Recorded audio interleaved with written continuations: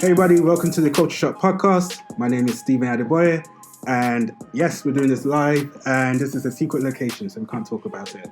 But I have my special guest today. Would you like to introduce yourself? Hi, I am Jessica. I'm a certified life coach, working with kind of impact-driven professionals who struggle a little bit to connect with themselves. So we work a lot with reframing the way that they look at themselves, the relationship that they have with themselves, and therefore by default, the relationship they have with others, their career, you name it, we look at it. Awesome. How did you get started in that journey? Oh, that's a big question. I know. So basically, I suppose when I was quite young, I was a visionary. I thought I wanted to change the world. I thought this would be quite easy. And I very much thought in order to do that, I had to work in the charity sector. So that's where I spent the beginning of my career, working in philanthropy, and very quickly became sort of disenchanted with the charity sector for numerous reasons, and I wanted to do something which was really focused on the individual, so that individuals could kind of be equipped to build momentum for themselves and kind of make change in their wider networks. So sort of like that scaling approach, which is relevant for any kind of business. And then I discovered coaching through a charity I used to work for, and it almost was like the penny just dropped one day, and I was like, it sounds a bit dramatic, I was like, this is what I was born to do.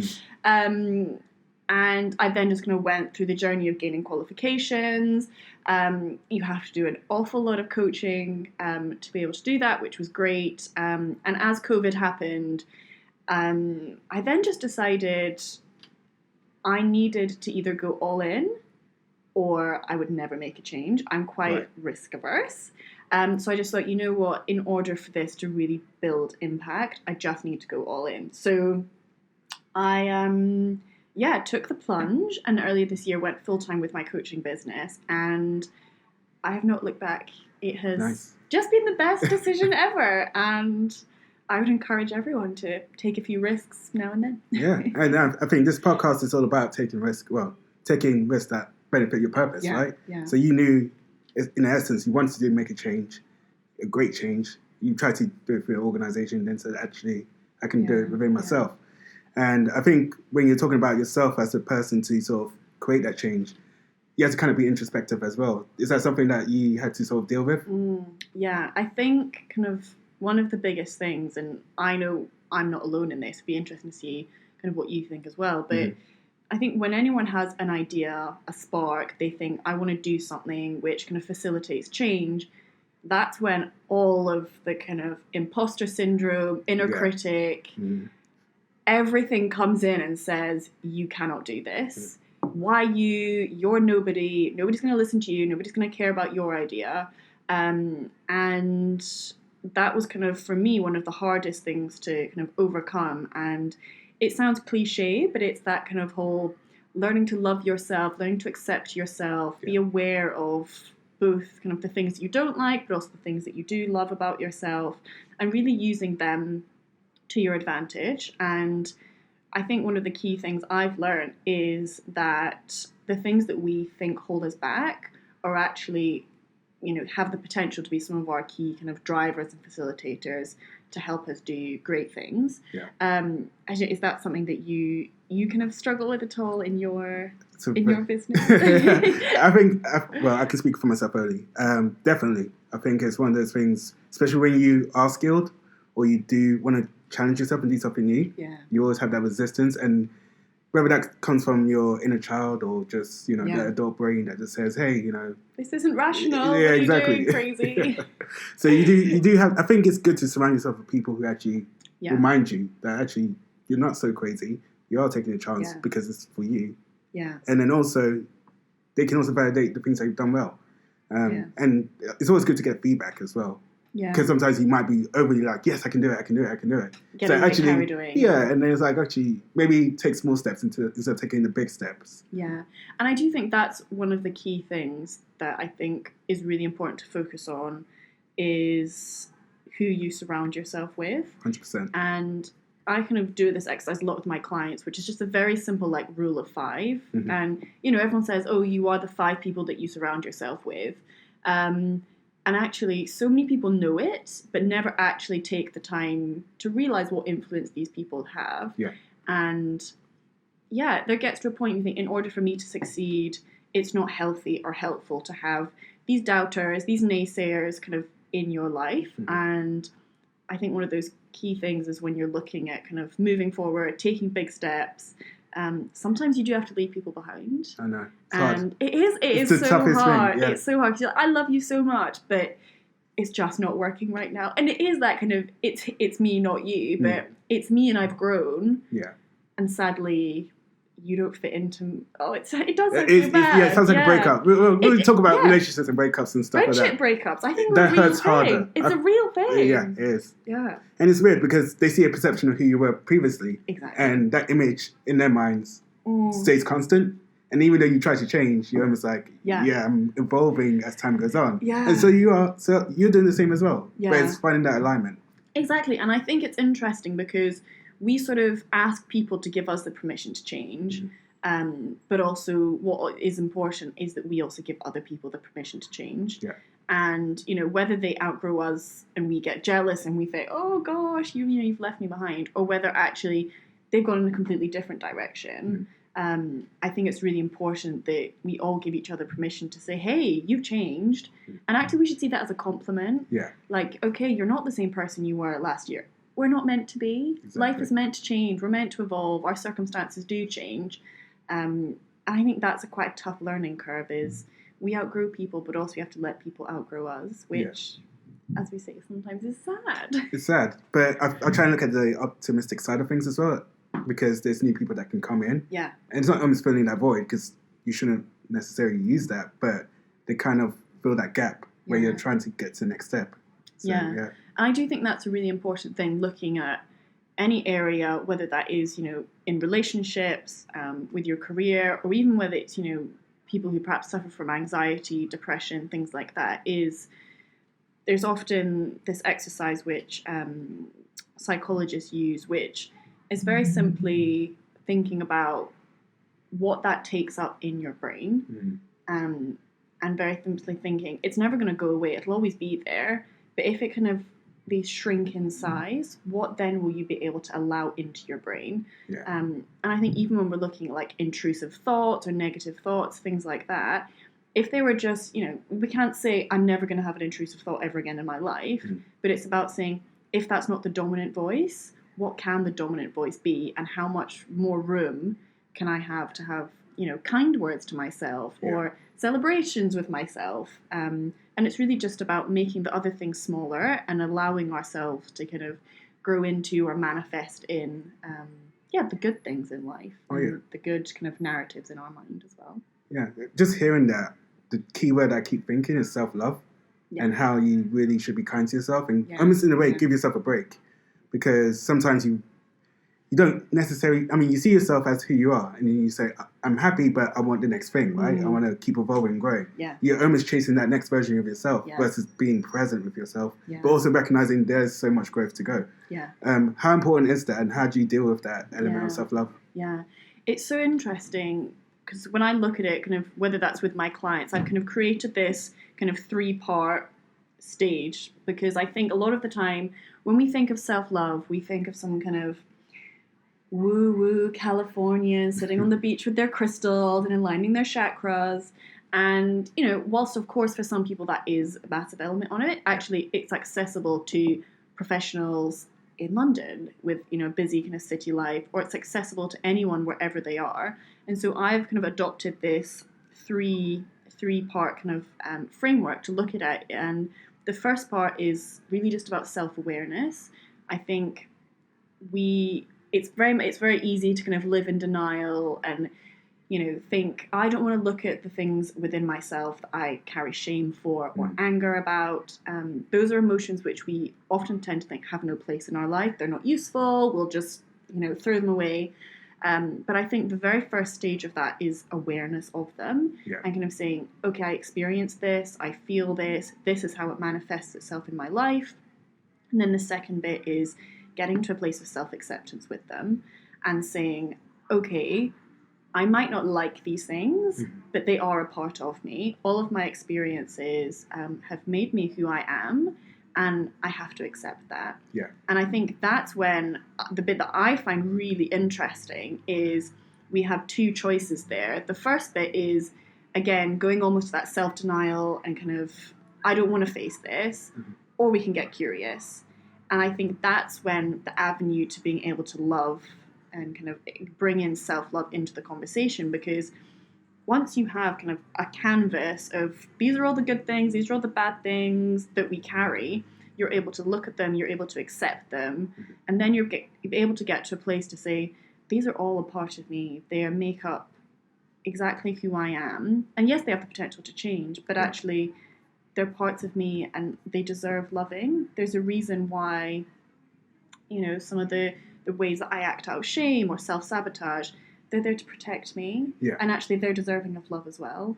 And I think it's kind of a really interesting, it's really easy and accessible kind of 3-part framework that people can adopt, and just to get a bit curious about these things.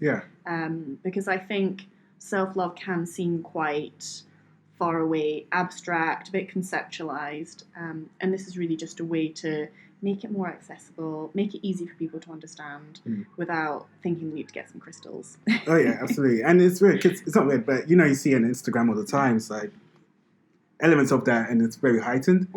But when I look at self-love, I look at, you know, taking care of myself, you know, making sure that I listen to good music, or little things like dancing, or just things that just keep my momentum up. And also, you know, recognizing when I'm kind of feeling a bit down. Okay, I'm going to sit on this feeling for a little bit. I'm not going to completely like get stuck in, but I had to feel those emotions as well. So as a man, it's always kind of weird to touch in that area, because like, okay, being vulnerable and all that stuff, it's like, I'm ashamed of. But understanding that and then saying, okay, how do I move forwards? It's a different story. Yeah. I think that's a whole other dynamic is I meet so many women who are really happy to have these conversations. They're very easy, you know, very able to get vulnerable. And it is something I think about how hard it must be to be a man and have all of these expectations of, we can't talk about our feelings, we can't talk about our failures, you just have to have this ego. And I wonder, I suppose, to you, when you think about self-love, does it feel accessible or does it feel quite far away for you? I think it might be different from a male's perspective. I mean, I'm not speaking for every man there, but in terms of how we... You're the only man in the I'm room, the only man in the world. so. I speak for everyone here. But, I mean, for me at least, that self-love is more about how to better myself. It's more self-improvement. So it's not necessarily I'm not happy with who I am, but it's like everything that makes me happy today is building future me. I love that. So, example, for us men, we like going to the gym, maybe working out. That releases endorphins, right? Yeah. So things like that. Spending time with your friends, maybe just having a guys chat, is you know, completely different to how you talk in the work office. Yeah. Or, you know, your family and stuff. Or music as well, that helps a lot. Yeah. Or just finding a passion that you really are into. Because sometimes men in general, we like to be alone and figure things out versus having to socialize and actually talk about things. Yeah. It's so interesting. I don't know if you've read this book called Women Are From Venus, Men Are From Mars, or something like that. It's a really famous psychology book, but it really uses the very basic kind of principles of women love to talk about their problems, whereas men kind of need to go and retreat into a cave, digest, think about, don't often ask for help. So it's interesting that you mentioned that, and you know, from your own experience, do you think that's true? Yeah, I mean, it's true, but it's not. I realise there's a balance to everything. So whilst that's true for me to kind of retreat and figure things out and do things that internally make me happy, I know that I can't really fix the problem by myself. Yeah. So that's why I'm like, okay, I have a soundboard of people, trusted friends, family. Yeah. I can reach out to them. But again, it's all about moving forwards. It's not about kind of being like, okay, I want to be emotional about it and sit on it, and because there's nothing that can be done afterwards. Yeah. And I don't think men get enough sympathy to sort of be like, okay, you're in this spot, sit there and do nothing about it. Yeah. So it's always like, you guys have to do something. You gotta. Yeah. be active. It's quite sort of action orientated. The only thing I would kind of challenge, or maybe kind of, for you to ponder, is within that you said, there's no time to kind of just sit and feel down. But actually, I wonder if you were to allow that space and just think, just get a bit curious with it. Why am I feeling this? What am I actually feeling within my body? Yeah. And I love a little bit of journaling. I've been doing that. That's really helpful as well, especially during the lockdown. I think that was the first time I actually had time to actually sit down and really think about stuff. You're like, I'm faced with everything. I can't run away. Exactly. And it's interesting because I guess people say if you're alone, that's probably the loudest place to be because all your thoughts are there, right? Yeah. So trying to figure all of that and seeing how you are from a different perspective is very interesting. Not to say that it could be serious or not serious, but I think when you are alone, you can have a lot of things come in and you have to understand, okay, that's a version of you. That's not a version of you. That's someone's voice speaking in your voice. Yeah. And it's a very interesting dynamic, really. Yeah. It's really powerful. And I think, even if we think about this in the workplace, lots of people kind of, when they're driving forward in their careers, they have this voice which says, I'm not going to go for that promotion, or, in a relationship, they say, oh, I'm not going to tell them how I feel. I'm going to wait for them to tell me. All of these little voices. And it's something which, kind of when we look at the inner critic, just, simply asking, who is that voice? Yeah. Because a lot of the time people say, oh, that's something which, someone in my workplace, I imagine it's their voice, or, oh, I imagine actually maybe it's my mum that says that. It's not very often that it's actually, I've created this kind of narrative all by myself. A lot of the time it's from external influences. Yeah. And I think it's really interesting to discern the way that we see ourselves and kind of getting back to the root of who we truly are versus all of this outside information which says, you should be this, you should do that. And, sometimes I think, there's amazing value in people calling out some of the amazing stuff about us. Yeah.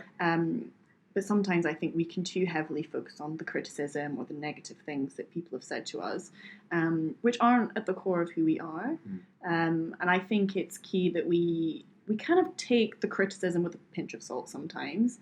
And we look inwards and we reflect inwards of who am I? What is the core of who I am? And if that criticism doesn't align with who you truly feel you are, let's chuck it out the window. Exactly. And the funny thing is, I always give myself the breadth of growing, like understanding, like, okay, I'm not a finished product. I'm a work in progress all the time. So it's okay. It's okay not to have things figured out. And I think recently, for me, people have come up to me and say, oh, you have things figured out. And I'm like, I'm rigging it just like you. I just probably have better luck and I've taken different avenues. But I think when you're an adult, you kind of figure out that everyone is just figuring it out. Yeah. And there's this idea, and I don't know whether it's, I don't actually know how old you are, but there's this idea as we're kind of approaching 30. 31. That, so it's okay. There we go. That, by 30, I should have bought my first flat. I should have met the person I'm going to marry. Maybe I should be married, or thinking about children. It's always the kind of, what's the next step? What should I be doing? And very rarely do we want those shoulds. It's interesting you say that, yeah. Oh, like, no, what are you thinking? Well, I believe in what you're saying, because these milestones that you talk about don't necessarily align to the person you are. That's a template that exists. And so many times in society we say, okay, we have to follow this. Even the career path.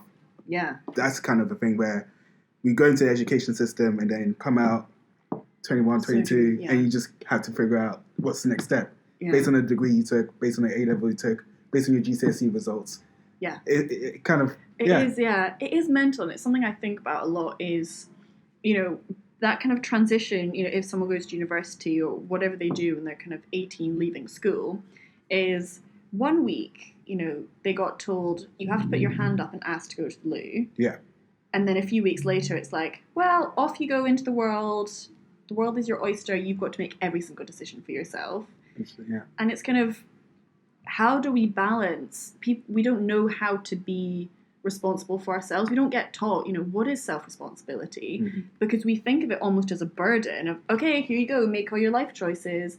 Rather than actually, it's such a gift. It's such a beautiful thing to be like, actually, I can take responsibility for my life. I don't have to do the shoulds. I don't have to follow the template or the blueprint. I think it's really powerful that we can take responsibility for ourselves, and I think that freaks people out because it's easier for other people to tell us what to do sometimes. And it is almost, the easy option of, okay, I feel like I should do this, or this is where I should go, versus I can create whatever I want. And because there's infinite possibilities, and I really do believe infinite possibilities, people are like, oh, that's scary, let's just do the shoulds. And I'm going to get flat, and I'm going to get married and get my mortgage. Because they are frightened of whatever's possible. Yeah, and I feel like we're going to scare some people, but there's nothing. No, let's do it. The name of the podcast is Colchour Shock Podcast. It's a shock. It's a shock. Shock the system. Okay, here's the situation. If you want to live through that template, 100%, go for it. I think that's fantastic. Yeah. I was in a similar position where I was like, okay, this, and this. Yeah. And that's fine. What happens is, life happens. Sometimes you have that plan and then things don't work out. And then you're left with the decision of, are you going to chase after that template? Or are you really going to find what's in you and find your purpose, your calling, and find what makes you whole? Yeah. And that's really what it is. And I think in life, there's so many opportunities where you are given that decision and most people don't take it. And they take the safe route. True. And then later in life, they go, oh, I have a midlife crisis because I didn't ask that question to myself when I had the time. Yeah. And I think that, and I suppose I almost feel like, piping in for coaching, being like, that is really where coaching can come in. Because most of the time my clients come to me and they say, I have something within me that I just don't know what it is. And they can't name it, they can't describe it, but it's just this yearning for, there has got to be more to life than this. Yeah. And, some people, that's kind of, something spiritual. Maybe they want to find God.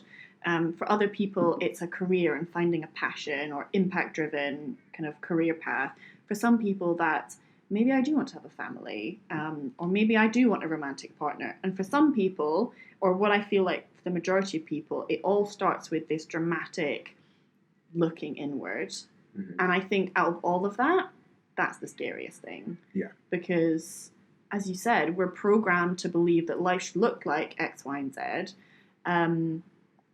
And it's scary, but it's also our own responsibility. And I'm all for the tough love, so I love that you wanted to shock people. But I think people need to know it is your responsibility. And if you're feeling stuck, you can stay stuck for the next few months, for the next few years, and you won't have anyone to blame but yourself. Yeah.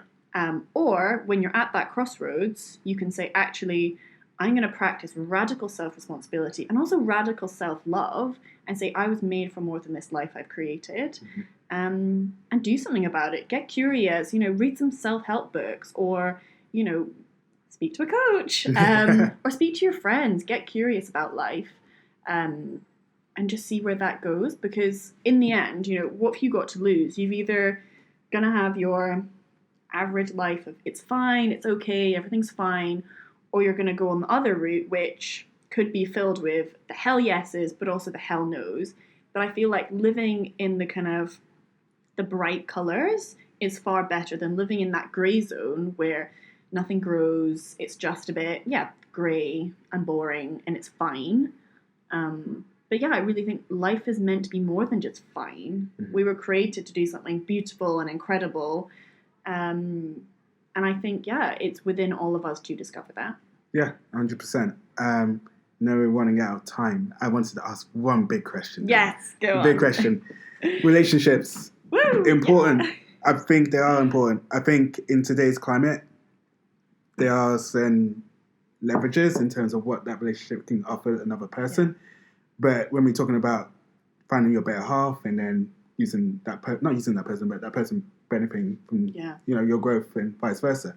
How important is that? And how important is values, compatibility, and everything else in between? I mean, you've opened up a can of worms. I know. I know. We could do a whole other podcast. We should. Maybe we should. I think it comes back to that who you surround yourself with. And this might be quite controversial, but I think if you look for a partner to be, the one kind of shining bright relationship in your life, I think that personally is the wrong avenue to go down. I feel like they should be one of those 5 people who are the closest to you, because you are so many wonderful things in so many different ways, and by putting everything onto finding this one person, you're almost putting everything onto one person, and it's a hell of a lot of pressure on them. Yeah. But also it's so much pressure to put on yourself that I've got to find someone, and I've got to, make this work, and they've, our visions have got to align, and our goals have got to align, and we've got to do everything together in life.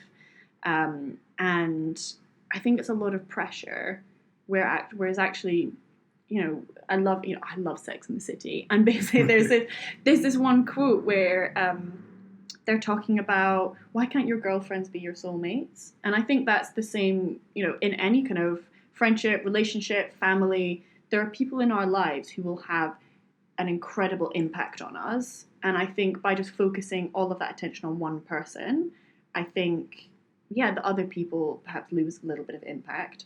And I will leave that there, because I feel like there's going to be so I'm going to kind of work here. We should do another episode. We will. Solely on romantic relationships. I was thinking about doing a part 2. Yes. So we will do a part 2. Yes. We're going to conclude with this episode. Self-love. Yeah. Closing statements. What do you have? Oh, I think I would just, to anyone who's listening, I would just challenge you really to almost think about, what is it that you are responsible for in your own life? And, there are some things which aren't worth worrying about, thinking about, but the things that you are responsible for, the trajectory of your life, you deserve more than fine. And that is really the key thing out of all of this. Yeah. I'm going to say something a little bit controversial here, but I think it's in anyone's birthright to go for what they really want in life. I mean, this is a gift in its own right. Yeah. And the more opportunities that come your way, that really feeds your desire. I mean, desire is a dirty word sometimes, because anything can be desirable and not really good for you. But at least go for it, because you only live once. I mean, you live every day, you die once. But I love that. I've not heard that before. Yeah, I saw it somewhere on Instagram. So I'm going. But anyways, you live every day, so you got to seize the moment. So it's very important to take those opportunities, but also take time for yourself. Yeah. Absolutely. Awesome. Well, we'll do a part 2 sometime in the future, and I'll make it a bit of a longer episode. Yeah. But thank you guys for listening, and take care.